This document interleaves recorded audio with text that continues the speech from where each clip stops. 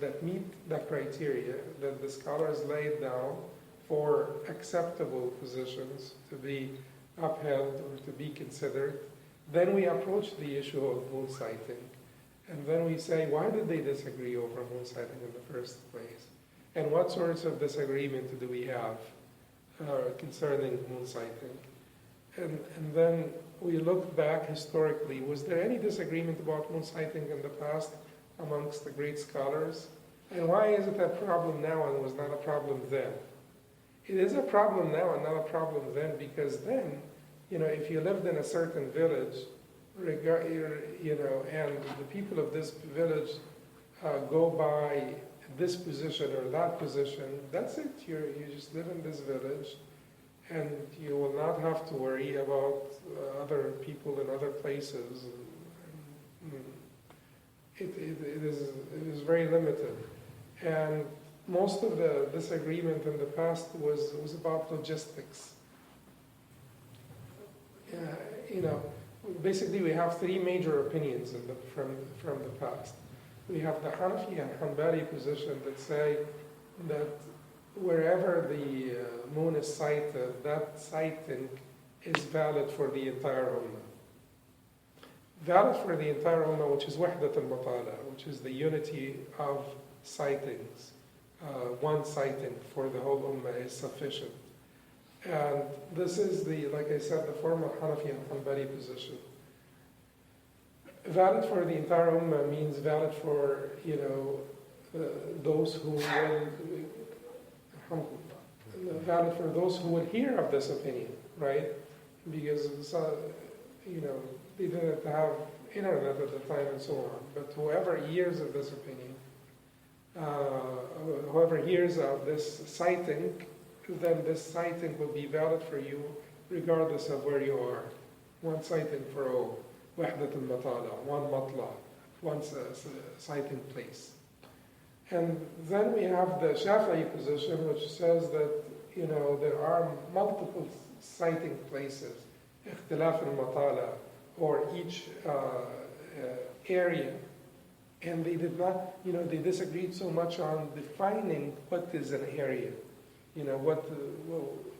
And some people said the people that are within the distance of Qasr, which is 48 miles, but there are multitudes of opinions concerning this. But the Shafi'i position, or the formal Shafi'i position in the new madhab of the Imam, is that it is, every area has its own sighting. And then we have the Maliki position that is somewhere in the middle. The Maliki position said all of the adjacent areas, all of the adjacent places, villages, towns, and so on and so forth, there will be no impact on the multiple sightings on adjacent areas. The impact on multiple sightings is only regarding the areas far away from each other, such as Iraq, they mentioned, like Iraq and Andalusia, Iraq and Andalus, they're far away from each other enough that they would have their own sightings. Some of the people who support Wahdat al-Matala, or unity or oneness of sightings, say that this is a logistical disagreement. It is not a real disagreement, because at their time it was natural that people that live close by will have their own sighting, and people that are farther away from them will need to depend on themselves for their sighting, because there were no means of communication. But it is not only that, it is also that those scholars did actually look into the astronomical facts that you may be able to see it in some place and not able to see it in another place, and this is a fact that is agreed upon. Basically, the conjunction, which is when, do you know when the month starts? When does the lunar month start? It starts when the moon would be right between the sun and the earth. in the middle between the sun and the earth. So if you draw a line between the center of the earth and the center of the sun, the moon rotates around the earth. When the moon lies on this line exactly, that is when you cannot see the moon at all, because all of the rays of the sun will reflect back towards the sun. All of the rays of the sun that's coming this way will light up the side of the moon that is away from the earth.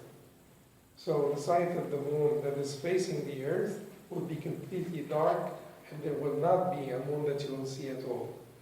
Once the moon starts to depart from this line, starts to go through the rotation and move away from this line, some of the rays of the sun will reflect off the surface. Rays are coming like this and reflecting off the surface of the moon and going to the earth. So you see the crescent, the very small crescent. And the more it goes farther away from that line, the more you see you see it more clearly, until it gets to the middle of the month where the moon is on the other side of the earth. So all of the sun rays reflect back to the earth. You see the full moon, because it has done, like, gone to the opposite side of the earth, and then all of the rays reflect back to the earth. You see the full moon. But anyway, once it starts to depart from this line, you will be able to see it, because the rays will reflect off the surface of the moon. You'll be able to see it. That point of being on this straight line between the earth and the sun is called conjunction or iqtiran. Iqtiran or conjunction. And once there is a departure from that point, then you'll be able to see it.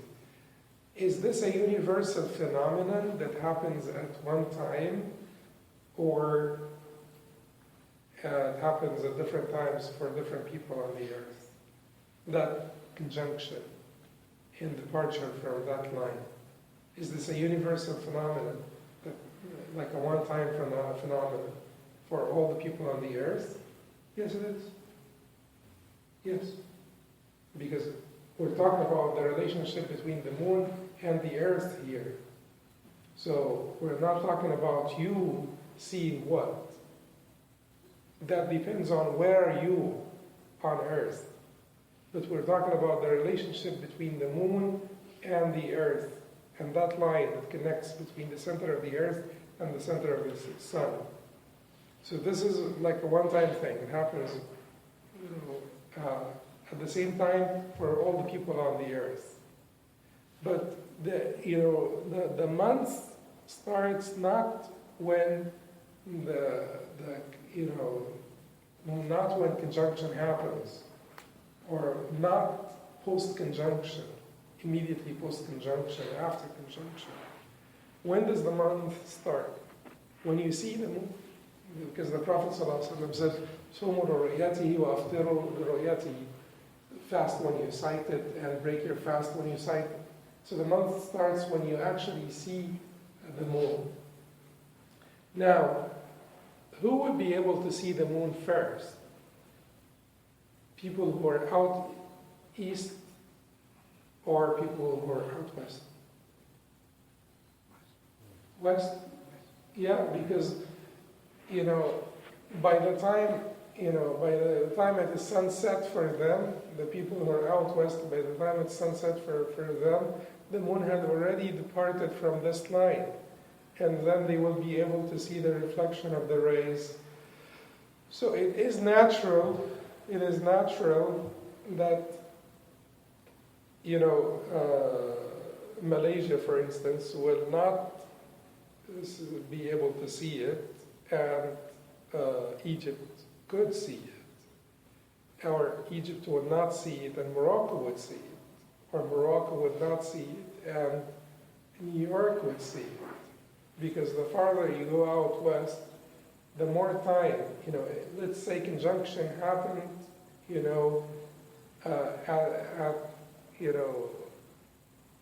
basically 10 o'clock in the morning our time. 10 o'clock in the morning our time, New York time. 10 o'clock in the morning our time. What time is that in Egypt? That is 6 p.m., for instance. And if it is 6 p.m. in Egypt, it's already time for sunset, and conjunction is happening now. It is extremely difficult to see the moon at the time of, like immediately post-conjunction. You need a few hours to be able to see the reflection of those rays off the surface of the moon coming to the earth. So in Egypt today, we have not seen it. But is there a chance for us to see it? Yes, there is a chance for us to see it. Will there be a better chance for the people in California to see it? Yes, there will be. And better chance for the people in Hawaii, yeah, certainly. And Polynesia, yes, absolutely. So that is why there is this issue, anyway, of اتحاد المطالع and اختلاف المطالع. Now the issue of اتحاد المطالع and اختلاف المطالع is a controversy that is a very old controversy, right? And we are saying, we see now that the four imams disagreed over this issue, and before the four imams there was disagreement over this issue from the time of the Sahaba, when Abdullah ibn Abbas did not go by the sighting of Muawiyah in Medina. But Abdullah ibn Abbas was told of the sighting of Muawiyah in Medina when he was in Mecca, closer to the end of Ramadan, right? So he was not told immediately on the same day. That's why the people who believe in one sighting, they say that this is not applicable, not pertinent. Because Abdullah ibn Abbas came to hear that Muawiyah saw, sighted the moon in Syria one day earlier, when Ramadan was close to come out for them in Mecca, when Qurayb came to him and told them that I sighted the moon with Muawiyah and we sighted it one day earlier, Abdullah ibn Abbas said, but we sighted it later, so we will carry on with our fasting until we complete 30 days, or we sight it here. And he did not, go by the sighting of Muawiyah, because basically the sighting of Muawiyah did not reach him on the day, in the beginning of the month, but at the end of the month, in this case, then you will have to carry on with your fasting until you complete 30 days. But the issue, the disagreement started rather quite early, from the time of the Sahaba Ridwanullahi alayhim. In this case, whether I believe that the stronger position is اتحاد المطالع or اختلاف المطالع, local sighting, global sighting, one multiplicity of sightings or unicity, or this is a controversial issue that is, basically old one, established controversy or disagreement. Therefore, would it be the right thing here, for the sake of unity, to basically give up my position? Absolutely and most certainly. We would never be able to function as an ummah, as one community, unless we give up our positions for the sake of unity, when the different positions are all considerable ones, they meet those conditions that we talked about before. And a disagreement like this absolutely meets the conditions that we talked about before. Now the problem is, we have some other positions that were thrown into this mix. One of the positions that was thrown into this mix is the position of calculations, whether we should follow calculations or not follow calculations. And this position, we would be lying if we say that there is no precedent for this position at all, because some of the scholars did actually speak of this position. Now, you may want to say that they said this concerning the calculators, not the rest of the ummah. The calculators, not the rest of the ummah. Like Abdullah ibn Mutarrif from the Tabi'een, Ibn Qutayba, a linguist and a famous linguist, Ibn Surayj, a famous Shafi'i scholar, and so on. They said that the calculator or al-Hasib will follow Hisab, or will follow calculations. does it apply? But some of their statements are not clear enough that you could actually expand this position to other people as well that believe in the accuracy and the precision of the calculation of al-Haj. So here is a position that is upheld by some great imams. Abdullah ibn Mutarrif is a great imam, you know. It has some substantiation in the Sharia, to some degree, although it may sound to me and you or to some people in conflict with the statement of the Prophet ﷺ, "Sumu li-ru'yati," fast when you sight it. And ru'yatihi is not, you know, calculation, it's sighting. And break your fast when you sight it. And the Prophet ﷺ said, "نحن أمة أمية لا نكتب ولا نحسب الشهر هكذا وأشار بيده ثلاثة." So he said, we are an illiterate ummah, we do not write nor calculate. Shahr, the month, is like this. And he, you know, pointed with all of his fingers of the two hands 3 times, and you know, bent one of the fingers one time and extended the other time to tell us that the month is either 29 or 30, 29 days or 30 days. So there is disagreement over the implications of this and what it means and so on. But we really see that the Ummah pretty much shunned this position for many, many centuries. You don't see that this, like wherever you come from, was this position followed anywhere except recently in modern times when this controversy resurfaced? But this position was basically shunned by the Ummah. So that is why, at least I believe, and I could be wrong, but right, you should always keep in the back of your mind that what you believe could be wrong, unless it's a matter of certainty. And that is really a very important thing. Imam Shafi'i said, matters of certainty are like dhuhr, al-dhuhru arba' wal-khamru haram. Dhuhr is 4 rak'ahs and khamr is forbidden. Right? That, for Imam Shafi'i, these are the matters of certainty, where you really should be, you should be so stubborn about them.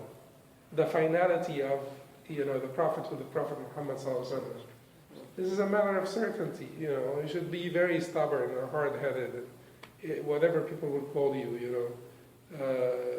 You should be so strict about these issues. These are matters of certainty. But short of this, these are considered speculative issues of fiqh. The matters that the scholars disagreed over are considered speculative issues of fiqh.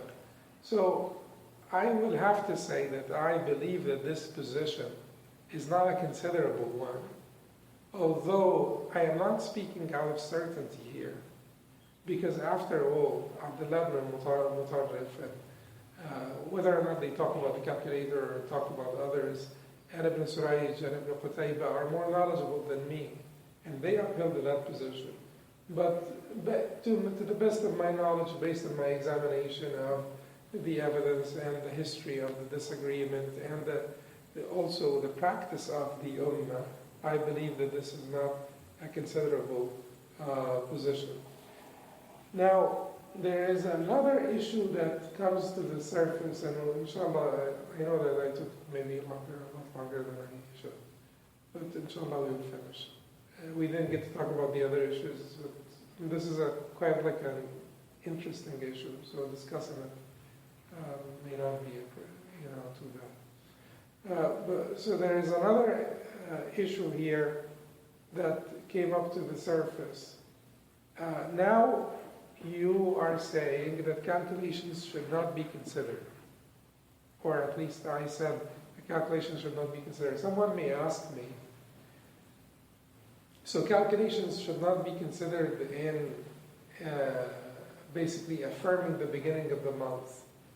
But what if someone sighted the moon before the moon was born, and the birth of the moon happens after this conjunction?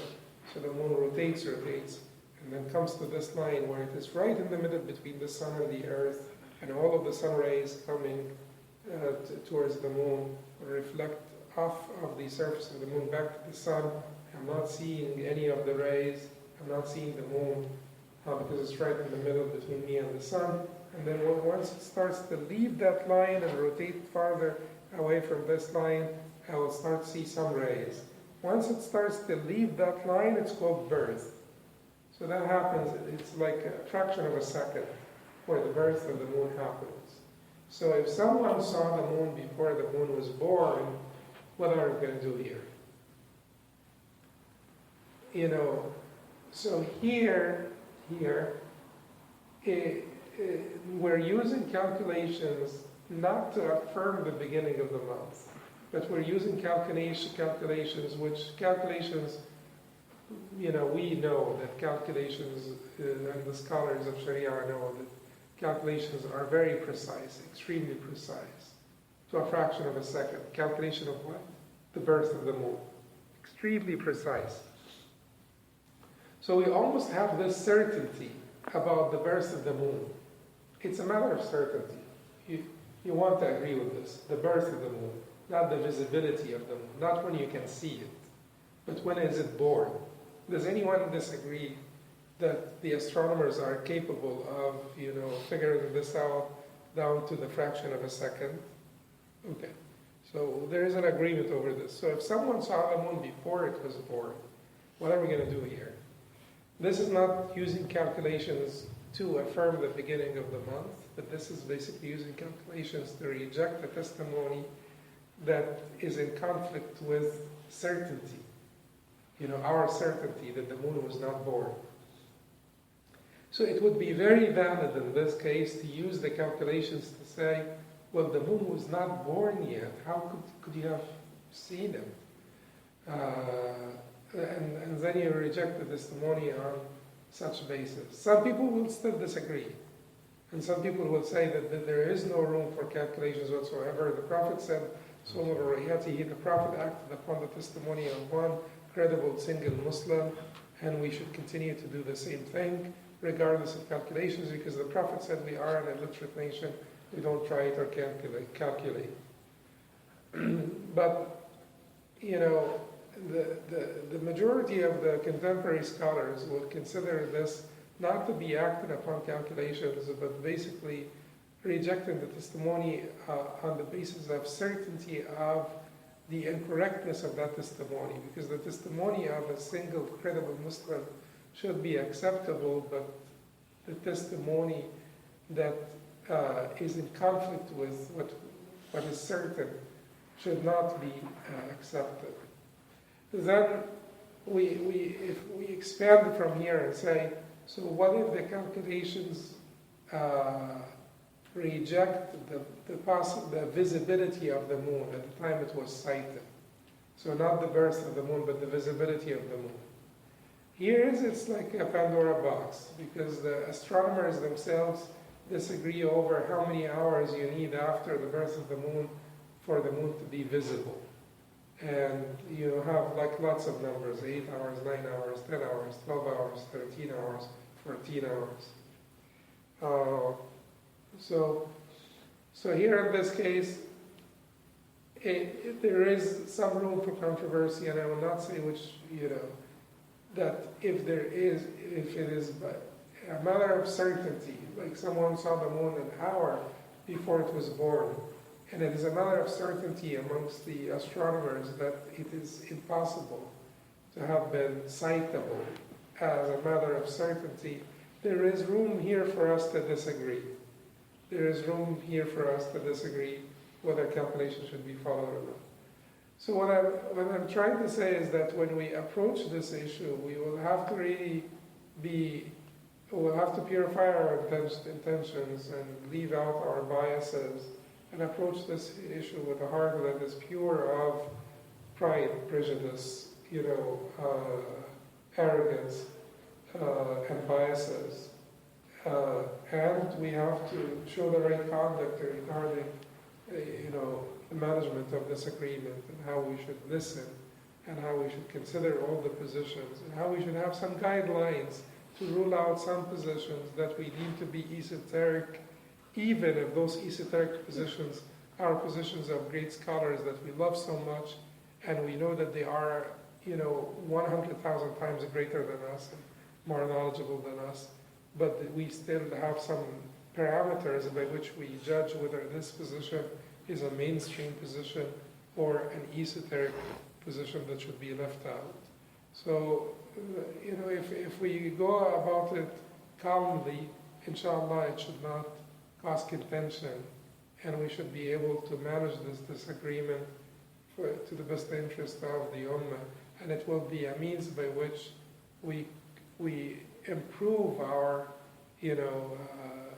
treatment of disagreements. Once we have sat down together brotherly, lovingly, and discussed the issues and came up with a conclusion, following some guidelines that we agree on, that exercise is a beautiful exercise in and of itself, and it's another wisdom behind the presence of this agreement, why Allah subhanahu wa ta'ala wanted us to disagree. It's basically a refined test of sincerity, a refined test of proper conduct, and just a beautiful manifestation of the fact that we are different as human beings, and we are a collection, a gathering of very different people that come from very different backgrounds that want to make one ummah, one community, despite their differences.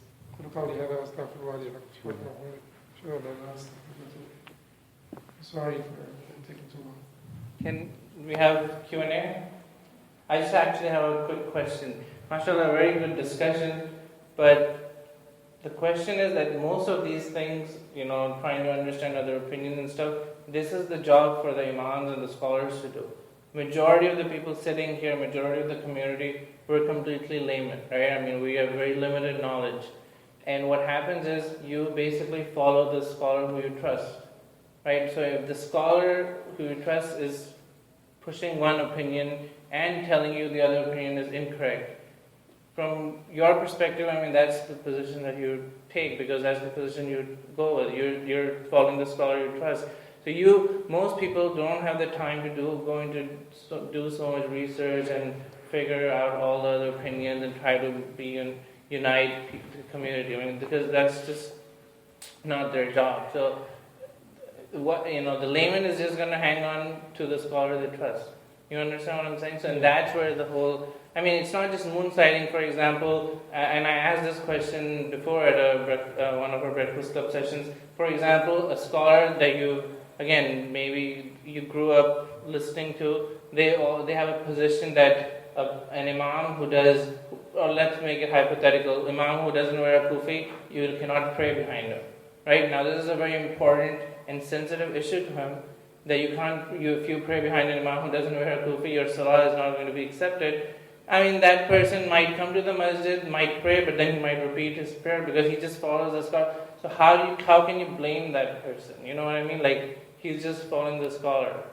He's a layman, he has limited knowledge. So how can he start doing his research and say, no, I can sacrifice this position for the sake of unity with his limited knowledge? No. Well, this issue of layman, the clear-cut distinction, and I am not denying that there is something called scholarship, and there are scholars and there are laymen, but making the distinction so distinct and pronounced between laymen and scholars is also a new phenomenon, right? Because in the time of the Sahaba, there used to be Qurra al-Sahaba, the scholars of the Sahaba, but the laymen of the Sahaba really didn't really act like we laymen nowadays act. We need to increase the collective awareness of the Ummah, which will be helpful for the scholars or the imams, or, because not every speaker or imam is a scholar, and not everyone who is being followed by a group of people is a scholar. So to raise the collective awareness of people and to discuss the issues in detail in front of all the people is very helpful, so that we could guide the course of discussion between the imams themselves. If people are calling for unity, if people realize the difference between esoteric positions and mainstream positions, even if they may not have the ability of judging which positions are, which of the, those mainstream positions is stronger, but they have a general sense of what is esoteric and what is not, what is a mainstream position, what is an acceptable disagreement and what is not. They will be pushing in the imams or the leaders into that direction of realizing the unity of the Ummah and showing flexibility. Now, you mentioned the position of the Kufi. The issue concerning that position is that some of the latter Hanafi scholars, may Allah bestow mercy on them and preserve those who are alive, said that it is recommended to wear a kufi when you pray. But there is really no Hanafi scholars of the, main scholars of the madhab of the past or the present who said that praying behind an unkufi person is unacceptable or invalid. Therefore, raising awareness of this, that this is a matter of preference, a matter of istihbab,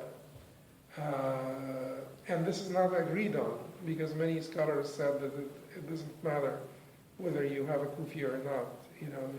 So for the majority of the scholars, it's not even a matter of istihbab; it's just permissible.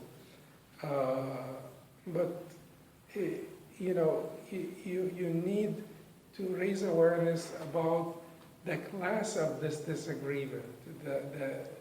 Where does this disagreement belong? Is it an issue of bid'ah versus sunnah? Is it an issue of wajib versus mustahab? Because oftentimes, we make a disagreement out of nothing.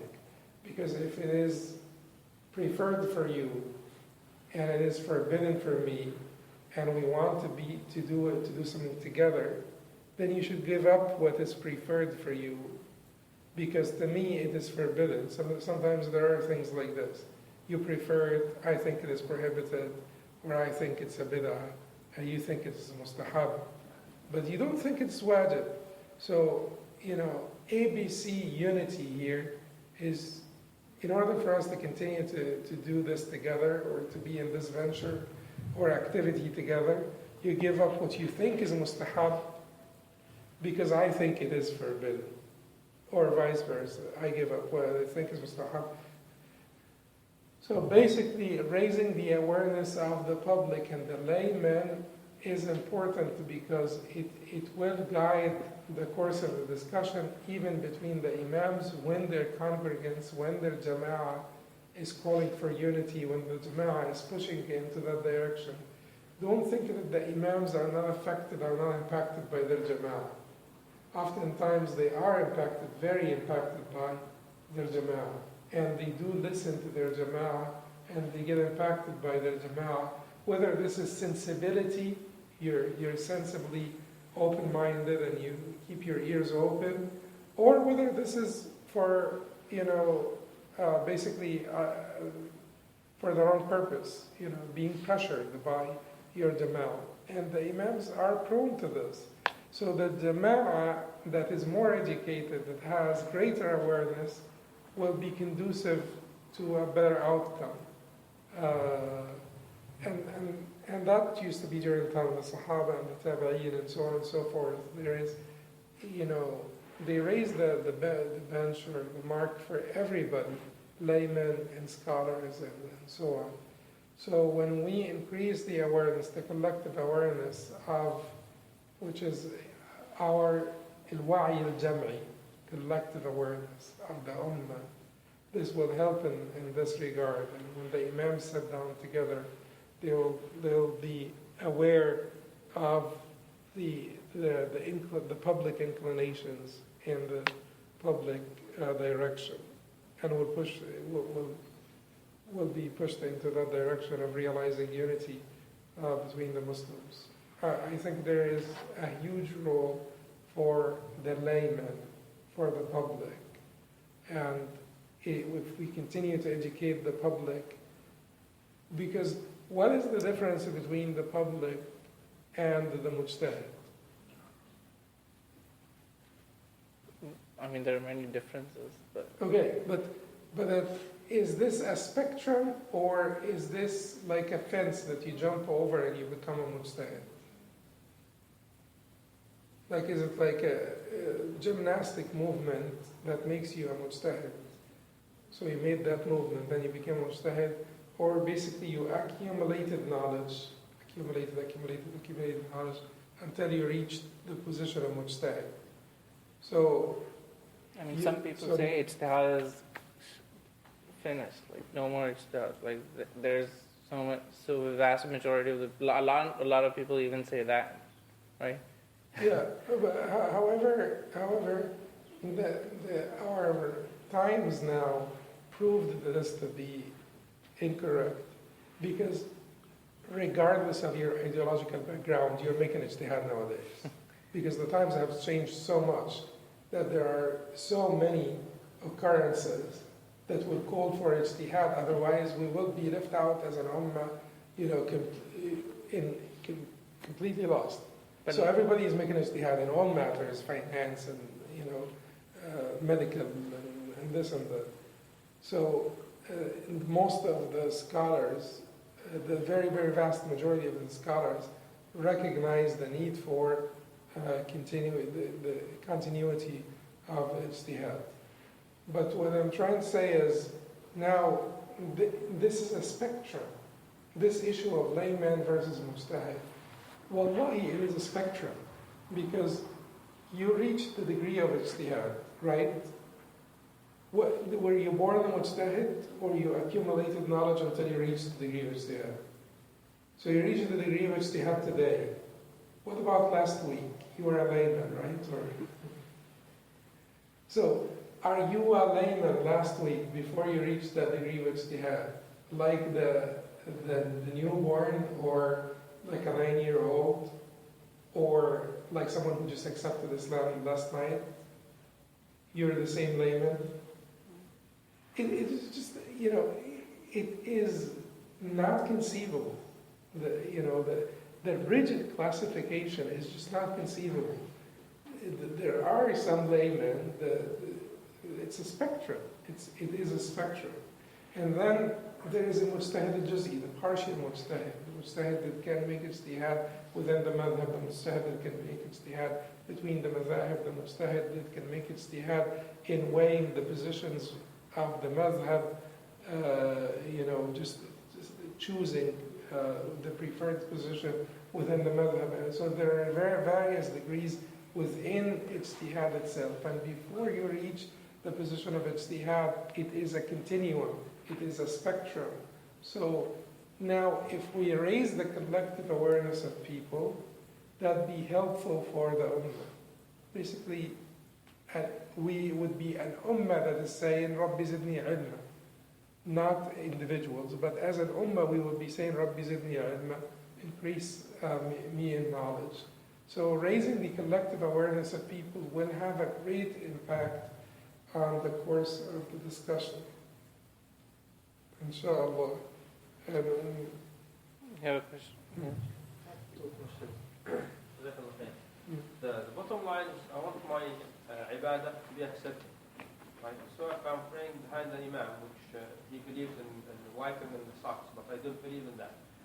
The first question is, my ibadah is accepted? Is my salah is accepted? Then the second question is, Was there any differences like regarding Eid al-Adha throughout the Ummah? I mean, did they disagree on when Eid al-Adha is? The vast majority, particularly when it comes to Eid al-Adha, the vast majority of the scholars said الناس فيه تبع بالحجيج.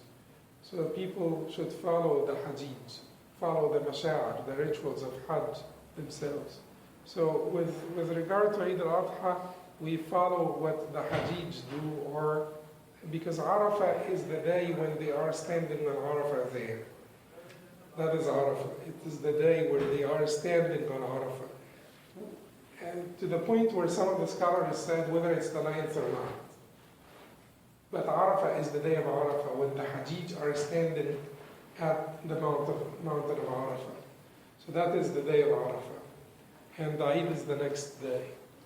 So this is as far as Hajj in particular.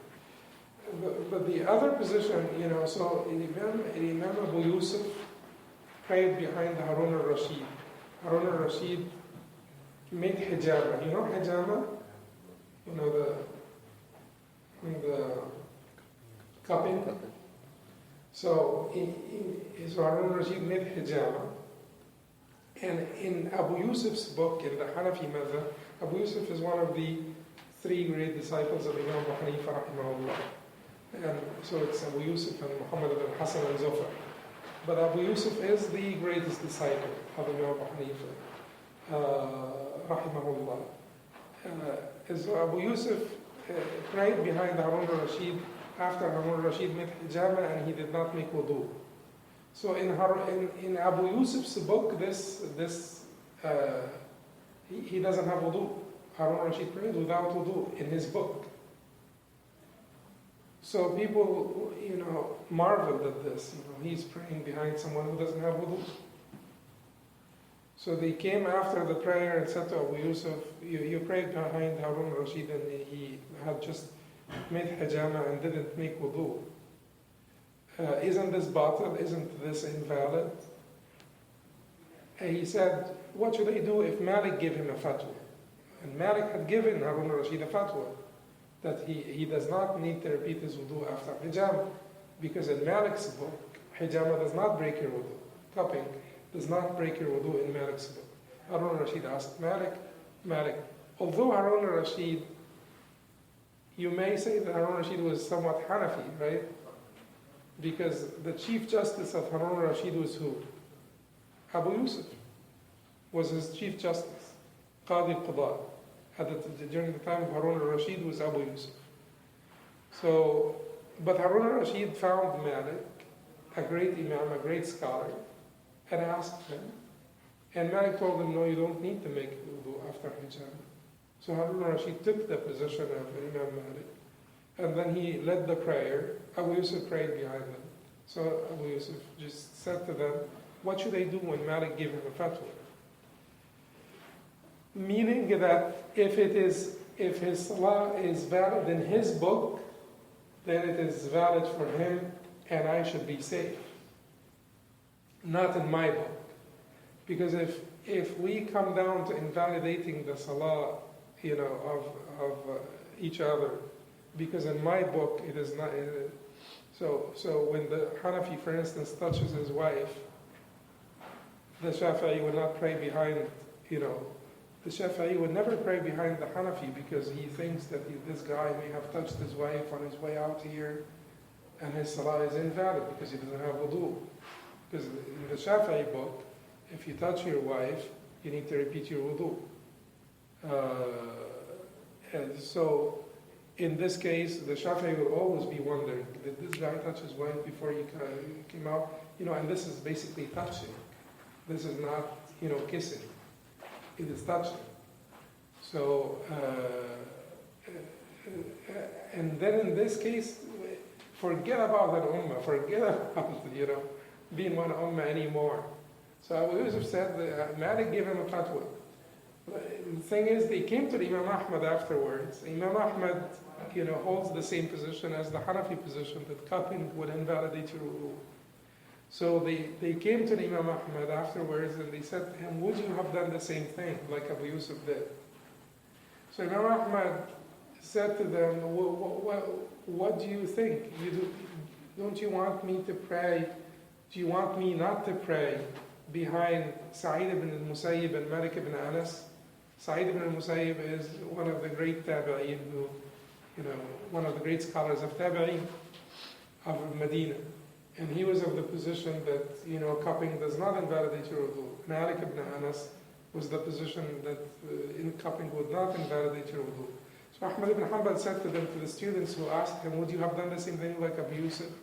He said to them, of course. You want me not to pray behind Sa'id ibn Musayyib and Malik ibn Anas? Because if I believe this, then I will not pray. If I believe that, their salah has to be valid in my book, not in their book, then I will not pray behind them because I don't know whether they did this or did that, or made hijama or not. And in this case, when Ahmad refuses to pray behind Malik ibn Anas, can you imagine an ummah that can function anymore like this, like an ummah afterwards? Well, absolutely not. So that is extremely dangerous. So as long as the salah is valid in your book, and then the salah is valid in your book, well, let us say that you actually use the lavatory and you believe that after urination you don't need to make wudu. Why you won't say that the salah is valid in my book? Because in my book you don't need to repeat wudu after urination. Well, we will tell you that your book is not a considerable book. That's the issue here. Because based on the guidelines we set before, we will know how to identify an esoteric position that should not be an acceptable position. But identifying an esoteric position that should not be an acceptable position should be flexible, because if you say that anything outside of the four madhahib is not an acceptable position, even if it is the position of some of the great teachers of the four imams, then that would be rigid. Because the great imams would have never denied their teachers the right of ijtihad. The four great imams would have never denied their teachers the right of ijtihad. So if it is, and the four great imams had their contemporaries also, who used to be considered as knowledgeable as the great imams, sometimes they were favored, So we know that Shafi'i said that Layth ibn Sa'd a'lam min Malik, except that his students did not support his madhab.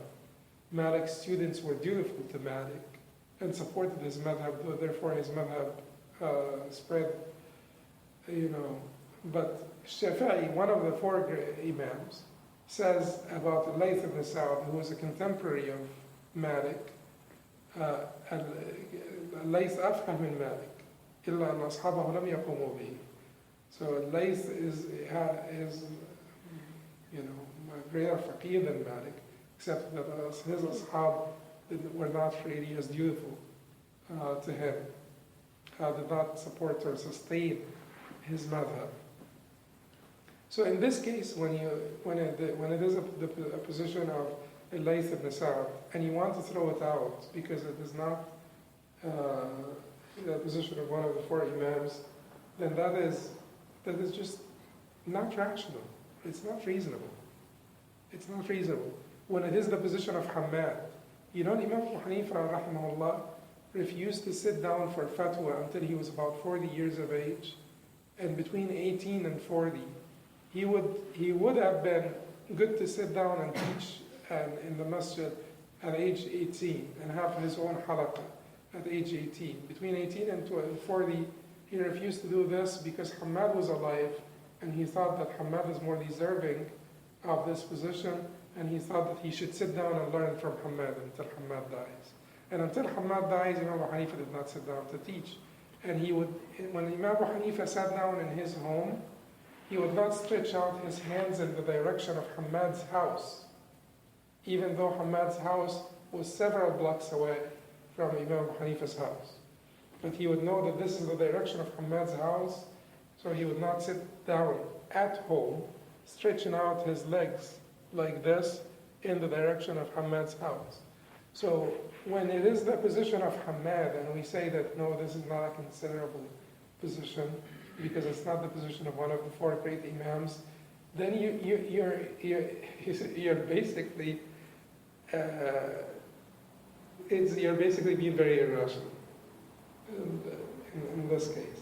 So what we say is the position has to have some substantiation, has to be upheld by one of the great imams, mujtahideen, and it should not be abandoned by the ummah, should not be in conflict with one of the four things that you should not disagree with. And if it is a very small, a very minority position, particularly, a position that is in conflict with, the very vast majority of scholars, then there should be a need for this position. Whether it's individual need or societal need for upholding this position.